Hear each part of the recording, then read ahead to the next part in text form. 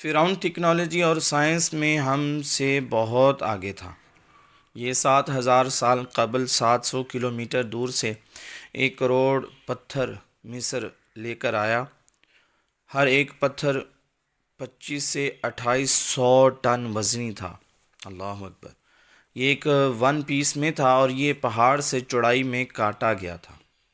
یہ پتھر صحرا کے عین درمیان 170 میٹر کی بلندی پر لگائے گئے۔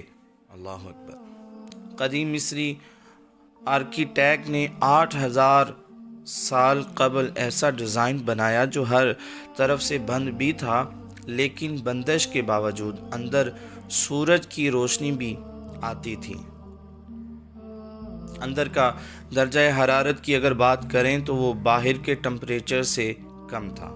ان لوگوں نے 8,000 سال قبل لاشوں کو محفوظ کرنے کا طریقہ بھی ایجاد کر لیا تھا۔ یہ اتنے سائنس سے آگے نکل چکے تھے کہ یہ خوراک کو ہزاروں سال تک محفوظ رکھنے کا طریقہ بھی جان گئے تھے۔ قاہرہ کے علاقے جیزہ کے بڑے اہرام میں 23 لاکھ بڑے پتھر اس وقت بھی موجود ہیں۔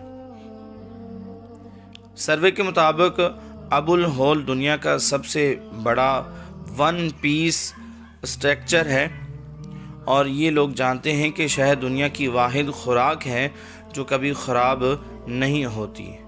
اہراموں میں 5,000 سال پرانا شہد نکالا۔ یہ مکمل طور پر استعمال کے قابل بھی تھا۔ یہ لوگ کمال کے تھے، بس ان میں یہ خرابی تھی کہ یہ تکبر کرتے تھے۔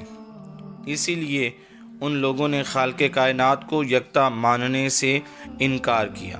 خالق کائنات کو تکبر پسند نہیں، چنانچہ یہ پکڑ میں آ گئے اور عبرت کا یوں نشان بنے کہ آج تک نشان عبرت ہیں۔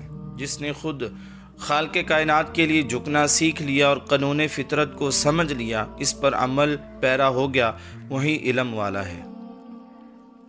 اللہ رب العزت کی بارگاہ میں دعا ہے کہ اللہ تعالی ہمیں تکبر سے، ریاکاری سے، دکھلاوے سے محفوظ فرمائے، اور جس طرح ہم اپنے آپ کو باہر سے بہتر بنانے کی کوشش کرتے ہیں، اللہ تعالیٰ سے دعا کرتے ہیں کہ اللہ تعالیٰ ہمارا اندر کا معاملہ وہ بھی بہتر فرمائے۔